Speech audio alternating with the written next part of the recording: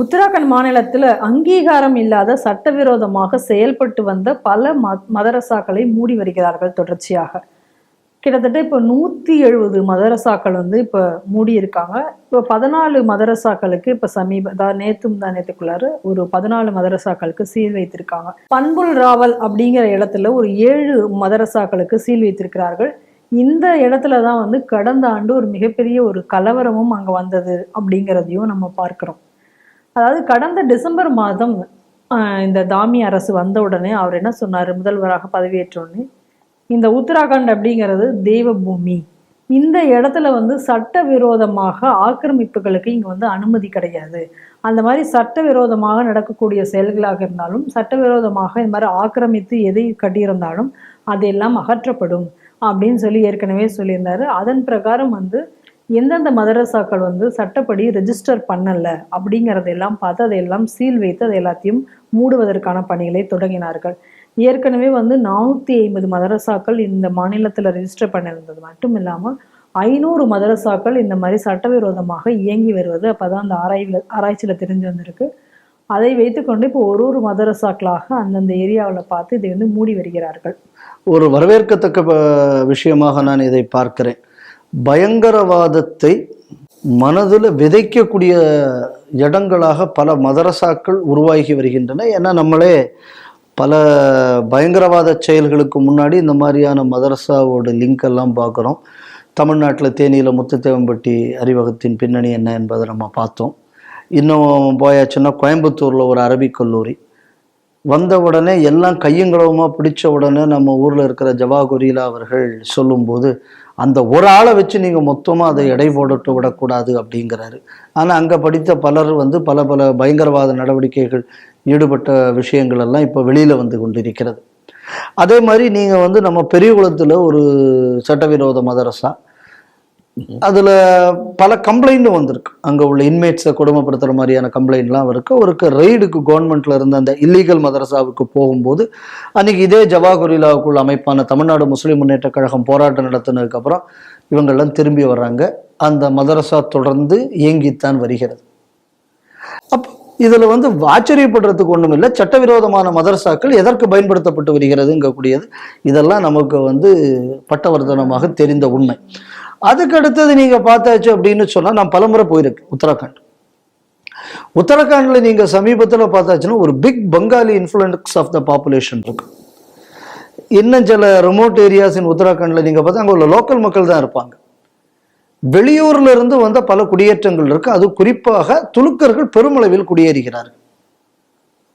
அங்க இல்லீகலா மதரசாவை கட்டி, இந்த உள்ளூர்ல இருக்கிற ஒரு 4-5 துலுக்கர் இருப்பான். இப்ப பார்த்தாச்சுன்னா 400-500 பேர் இருக்கான். இந்த 4-5 பேர் ஆரம்பத்தில் இருக்கும்போது இந்த மாதிரியான செயல்கள் எல்லாம் ஈடுபடலை. இந்த மாதிரி மதரசாக்கள் வந்ததுக்கு அப்புறம் தான் அந்த ஊர்ல பிரச்சனை வருது. நான் இது ஏற்கனவே பல முறை சொல்லியிருக்கேன். நல்லவர்கள் துலுக்கர்களாக இருக்கலாம், ஒரு நல்ல துலுக்கர் நல்லவனாக இருக்க முடியாது. அதுதான் இந்த மதரசா பிரச்சனை. ஏன்னா இதை பத்தி ஏற்கனவே பல அறிக்கைகள் வந்திருக்கு. இதை பத்தி அசாம்ல இருக்கக்கூடிய முதல்வர் பல விஷயங்கள் இதை பத்தி சொல்லி இருக்கிறார். அதனால நம்ம எதை கவனிக்கணும் அப்படின்னா, இந்த இல்லீகலாக அது இருக்கிறதுனால என்ன நடக்கிறதுங்கக்கூடியது யாருக்கும் ட்ராக் பண்ண முடியாம இருக்கும். இப்போ ஒரு பகுதி இருக்கு, ஷியாக்கள் நிறைந்த பகுதியா இருக்கலாம். இவனுக்கு வெளியில இருந்து ஒரு 10 பயிலுக வருவான். இவனுக்கு மெல்ல என்ன பண்ணுவான், அந்த மசூதி பத்தில இவன் ஒன்றை கட்டுவான். அவனுக்கு இவன் வளர்ந்ததுக்கு அப்புறம் என்ன பண்ணுவான், அவன் முகரம் அந்த முகரம் போகும்போது இவன் அதில் கல்லை விட்டு அறிவான். ஸோ இது வேற மாதிரியான கலவரமாக இது மாறும். இந்த மாதிரி இன்டர்னல் கலவரங்கள் பலது இருக்கு. அதே மாதிரி பல ஆட்களை பொறுத்தளவில் என்னன்னா, அவன் அந்த வழிபாட்டுக்கு போறவனை ஷிர்க் என்று சொல்லி தடுக்கிறது. இவனால வேற மதத்துக்கு மட்டும் பிரச்சனைன்னு நீங்க நினைக்க வேண்டாம். இப்ப இடையில பாத்தீங்கன்னா நம்ம நாகூர் தர்கால குல்லாவை போட்டுவிட்டு எவனோ உள்ள போனான்னு சொல்லி அவனை கூப்பிட்டு இவனுங்க கண்டிச்சிருக்கான். நீ எப்படி போகலாம், நீ முஸ்லீமா இருந்துக்கிட்டு நீ ஏன் போகலாம்? இதுக்கு காரணம் என்ன? இந்த மாதிரியான மதரசா கல்வி. இதில் இப்போ நமக்கு தெரியும், இந்த அதிராம்பட்டினம் இருக்கு. இந்த அதிராம்பட்டினத்தில் பார்த்தீங்கன்னா நீங்கள் 2000க்கு அப்புறம் எவ்வளோ புது மதரசாக்கள் வந்திருக்குன்னு பாருங்க. நான் ஒரு ஓப்பன் சேலஞ்சை வைக்கிறேன். கடந்த 20 ஆண்டுகளில் எவ்வளவு புதிய மதரசாக்கள் இந்த இடத்தில் உருவாகி இருக்கிறது. அதுக்கப்புறம் எவ்வளவு crime, religious related crime register ஆயிருக்கு. அன்ரெஜிஸ்டர்டாக எவ்வளோ பிரச்சனைகள் வந்திருக்கு. ஒரு நான் இந்த டிபேட்டுக்கு யாராவது தயார்னா நான் ரெடியாக இருக்கேன். எவ்வளோ வந்திருக்கு. அப்போது ஒரு மத பிரச்சனை என்பது இந்த மதரசாவோடு இட் இஸ் இன்டர்லிங்க்ட். அதனால ஃபர்ஸ்ட்ல என்ன பண்ணாங்க, இந்த மதரசா எல்லாத்தையும் நீங்கள் முதல்ல ஒரு சிஸ்டத்துக்குள்ளே கொண்டு வரணும் அப்படின்னு சொன்னாங்க. ரெண்டாவது என்ன அப்படின்னா, உங்களுக்குள்ள பாடத்திட்டம் என்பது டிரான்ஸ்பரண்டாக இருக்கணும். என்ன சொல்லிக் கொடுக்க போறீங்கன்னு நீங்கள் சொல்லுங்கள். அதுக்கும் பலர் எதிர்ப்பு தெரிவிக்கிறார்கள். அப்போ உங்களுக்குள்ள உள்நோக்கம் என்ன? ஏன் டிரான்ஸ்பரண்டாக இருக்கிறது இல்லை? இப்போ எங்கள் தேவார பாடசாலை இருக்குது, என்ன சொல்லிக் கொடுக்க போகிறீங்கன்னா நாங்கள் சைவ சித்தாந்தம் சொல்லிக் கொடுப்போம், தேவாரம் சொல்லிக் கொடுப்போம், திருவாசகம் சொல்லிக் கொடுப்போம், மைகண்டாருக்குள்ளதை சொல்லிக் கொடுப்போம், என்னென்னலாம் நம்ம சொல்லிக் கொடுப்போங்கிறது நம்மளால சொல்ல முடியும். வேத பாடசாலைக்கு போனாலே என்னென்னலாம் சொல்லிக் கொடுப்பாங்கன்னு அவங்களால சொல்ல முடியும். நீங்கள் ஏன் அதை ஓப்பனாக உங்களால் டிக்ளேர் பண்ண முடிய மாட்டேங்குது? இது பின்னணியை நீங்கள் இன்னொரு விதத்தில் பார்க்கணும். உலகம் முழுக்க இன்னைக்கு பயங்கரவாதம் இருக்கு, துலுக்க பயங்கரவாதம். இதோட ஃபண்டமெண்டல் ஐடியாங்கிறது எல்லாமே இதோட இந்த ஃபண்டமெண்டலிசத்துக்குள்ள உருவான ஸ்தலங்கள் இதெல்லாம் பார்த்து எல்லாமே நம்ம நாட்டில் தான் இருக்கு. உலகமே பயங்கரவாதம் பக்கம் போயிருக்கும். இந்தியாவை உலக பயங்கரவாதத்திற்கு பக்கம் இந்திய துலுக்கர்கள் போக மாட்டார்கள்.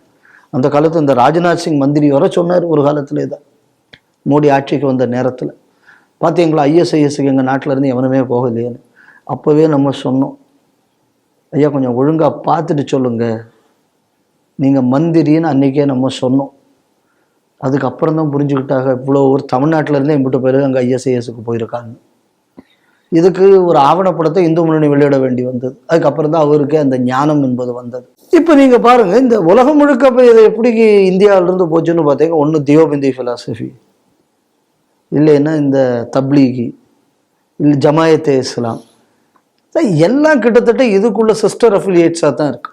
அதனால இதோட பாதிப்பு உத்தரகாண்ட் இதுக்கு தொட்டு இருக்கு. நீங்க பார்த்தீங்கன்னா அந்த நூவை சுற்றி இருக்கு, அது மேவாத் ரீஜியன் அப்படிம்பாங்க. ஸோ இந்த Mewat region is slowly expanding. So இது எக்ஸ்பேண்ட் பண்ணுறதுக்குன்னு சொல்லி சிஸ்டமேட்டிக் இன்ஃபில்ட்ரேஷனும் நடக்குதுங்க. எக்கச்சக்க லவ் ஜிஹாது கேசஸ் நடந்தது. அதுக்கு தான் அந்த ஊரில் ஒரு மகா பஞ்சாயத்து போட்டாங்க. எல்லா ஜாதிக்காரனும் சேர்ந்து இந்த உத்தராகண்டில் போட்டு துலுக்கனுக்கு உள்ள கடையில் வாங்காத, எவன்லாம் வாடகை கொடுத்துருக்கானோ இது பண்ணு. உடனே இப்படி மதத்தின் அடிப்படையில் செய்யலாமான்னு 10 பயில்கள் கத்துனான். அப்போ இவ்வளவு விஷயம் நடக்க, இப்போ இந்த இல்லீகல் மதரசா வச்சு நடத்துறானே அது நியாயமான எவனா ஒருத்தர் பேசினானா? ஒரு பய பேசலை. அதனால என்னை பொறுத்தளவில் என்ன, இந்த பொது நியாயம் பேசுறான்னு ஒருத்தன் வரான்னு வைங்க, முதல்ல அவனைத்தான் நீங்கள் கூப்பிட்டு பல விஷயங்கள் கேட்க வேண்டியிருக்கு. அப்போ நீ இந்த இல்லீகல் மதரசா எதுக்கு நடத்துகிற, எதுக்கு வெளிநாட்டுக்காரனை கொண்டு நீ உள்ளூரில் தங்க வைக்கிற, இதோட தேவை என்ன, உன் நோக்கம் என்னன்னு ஒரு வயலும் இதுவரை கேள்வி கேட்டது கிடையாது. இப்போ அவன் இங்கிருந்து தங்கினதுக்கப்புறம் பேசாம வேலையை பார்த்துட்டு போகிறதுக்கு அவன் வரான். அவன் வருதே இந்த மாதிரி இந்த ஒரு பிரச்சனையை உண்டாக்கணுங்கிறதுக்கு அவனே வர்றான். இப்போ பாருங்க, திருப்பூர் பிரச்சனை, கோர்ட்டை ஆர்டர் பண்ணிடுச்சு அதை எடுக்கணும்னு. லோக்கல்ல இருக்கிற திமுக எம்எல்ஏ சொல்றாரு, துலுக்கனால தான் நான் ஜெயிச்சேன், அதனால அதை எடுக்க வேண்டாம் அப்படின்னு நான் லெட்டர் எழுதுறேன்னு அவன் லெட்டர் எழுதுறான். இப்போ என்ன ஆகி போச்சு, எந்த இடத்துல என்ட்ரன்ஸ் உள்ளோ அந்த என்ட்ரன்ஸை க்ளோஸ் பண்ணிட்டான், இன்னொரு வழியோடு உள்ளே போயிட்டு இருக்கான்னு உள்ளூர்காரங்க சொல்றாங்க. அப்போ இந்த நாட்டோடு கோர்ட் ஆர்டருக்கு மரியாதை கிடையாது, கலெக்டர் ஒரு ஆக்ஷன் எடுக்க முடியாது, ஏன்னா இவங்க சட்டத்துக்கு அப்பாற்பட்டவர்களாகி விடுவார்கள். அப்ப இப்படிப்பட்ட ஒரு சட்டவிரோத கும்பல்கள் உருவாவதற்கு அடிப்படையாக இந்த மதரசாக்கள் செயல்படுகிறது. உள்ளூரில் இருக்கக்கூடிய பெண்களுக்கு பாதுகாப்பு கொடுப்பதற்கு கஷ்டமாக இருக்கிறது இந்த மதரசாக்களால. இந்த மாதிரி பிரச்சனை, லா அண்ட் ஆர்டர் பிரச்சனை உருவாகுது. ஸோ அதை நிப் அட் த பட் அப்படிம்பாங்க. இன்னைக்கு அது நடந்திருக்கிறது. எல்லா இல்லீகல் மதரசாக்களும் சீல் வைக்கப்பட வேண்டும். இது சீல் வைக்கப்படாமல் இருந்தால் இந்த நாட்டின் பாதுகாப்பை யாராலும் உறுதி செய்ய முடியாது என்பதையும் புரிஞ்சுக்கணும்.